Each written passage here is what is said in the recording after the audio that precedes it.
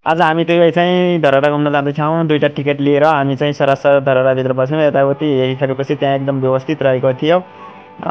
त्यसपछि हामी चाहिँ त्यहाँ गेटमा पुग्छौँ होइन। त्यहाँ गेटमा चाहिँ एकजना टिकट चेक गर्ने पारेदाइ बस्नुभएको रहेछ, उहाँले चेक गर्नुभयो।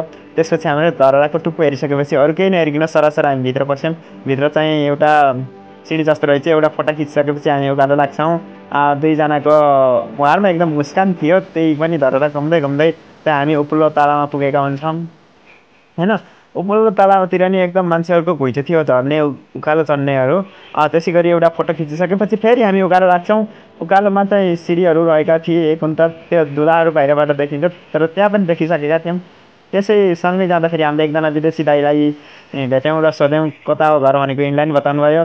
उहाँलाई वास्ता नगरिकन हामी चाहिँ उकालो लाग्यौँ। उकालो लाग्दा लाग्दै चाहिँ यति सिडी थिए कि चढ्दा चढ्दै दाइ हल्का थाक्नु भएको थियो भने म चाहिँ एकदम मनोरञ्जन गर्दै दुब्रेको थिएँ। तल भकुन्डो जस्तो देखियो र एकछिन उसको मजाक उडाइसकेपछि फेरि हामी त्यहाँको हल्का केही क्यामेराले भिडियो कैद गरेका हुन्छौँ।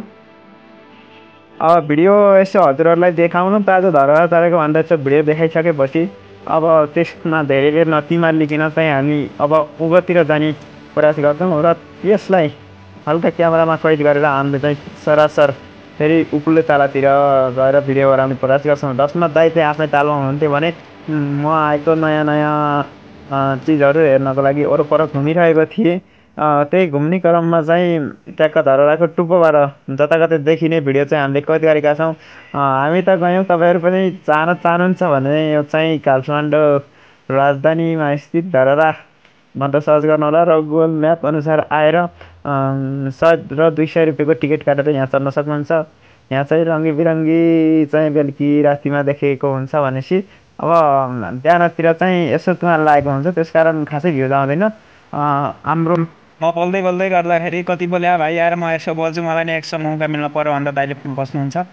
र गाइज म चाहिँ तीर्थ होइन, अब तपाईँ धेरैले चिनिसक्नुभयो होला। यो चाहिँ हामीले अहिले ठ्याक्कै हामी धरहराको टुप्पोमा बसेर यहाँबाट भ्यू देखाउने प्रयास गरिरहेका छौँ होइन। एकदम रमाइलो राम्रो एकदम नाइट भ्यू चाहिँ बवाल छ होइन। तपाईँहरू पनि नजिक भएका साथीहरू जानुहोस् होइन। कोही अब काठमाडौँ आउँदै हुनुहुन्छ भने यो नछुटाउनु पर्ने चाहिँ एउटा ठाउँ जस्तो लाग्यो होला मलाई है। यहाँ त पहिला म पनि चढेको थिइनँ र आज भ्यू यहाँको हेर्नु न साँच्चै यस्तो बवाल छ होइन, चिल छ कि।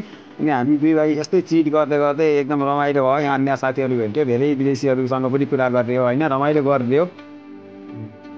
र तपाईँहरूको साथ सपोर्ट पाइयो भने हामीले दिनौँ दिन होइन नेक्स्ट भ्लगहरू पनि बनाउनेछौँ। मलाई अपेक्षा छ यहाँहरूले लाइक कमेन्ट रिपोस्टहरू गरिदिनु हुनेछ भन्ने अपेक्षा छ होइन। अनि हामीले यस्तै गरी अब पशुपतिनाथ चन्द्रगिरीको चाहिँ अब भ्लग बिस्तारै हामीले हाल्नेछौँ। काठमाडौँमा घुम्न पर्ने ठाउँ के हुन्छ, अनि कसरी जाने, के कस्तो व्यवस्था छ होइन, के कस्तो सुविधाजनक छ, अनि यही धरहराको लागि कति टिकट छ भन्ने कुरा सबै जानकारी हामीले गराउनेछौँ। र यो धरहरा चढ्नको लागि चाहिँ स्टुडेन्टको लागि 100 रुपियाँ र अन्य चाहिँ हामी अब बाहिरबाट आएको होइन स्टुडेन्ट छैन भने उहाँको लागि चाहिँ जम्मा 200 हो। र यति भन्दै होइन हामी धरहरा जताकतै घुमियो, रमाइलो भयो, यहाँको भ्यू देख्नु भयो होइन। मौसम हल्का चिसो चिसो सर हावा चलिरहेको छ, तल देशमा सक्नुहुन्छ भ्यू होइन। अब यहाँबाट धेरै देखिन्छ यहाँबाट होइन। काठमाडौँ पुरा सिटी नै देखिन्छ क्या। अब एकचोटि आएर हेर्नु न त काठमाडौँ के स्वयम्भूबाट भन्दा पनि यहाँबाट बढी भ्यू देखिँदो रहेछ होइन। धेरैले केपीओलाई गाली गरे कि, त म यो धरहराको टुप्पोमा आएको थिइनँ होइन। साँच्चै आउँदा यहाँबाट धेरै राम्रो भ्यू देख्दाखेरि मैले केपीओलाई त्यही गाली नगरौँ भन्ने जस्तो एउटा फिलिङ आयो कि धरहराको लागि। अनि म यहाँबाट दुलाबाट नि धेरै कुरा हेरिरहेको छु, खिचेको छु। यो रत्न पार्क यस्तो मजाको देखिएको छ होइन, गाडीहरू के एउटा ठुलो नदी आए जस्तै बगिरहेको छ यहाँ।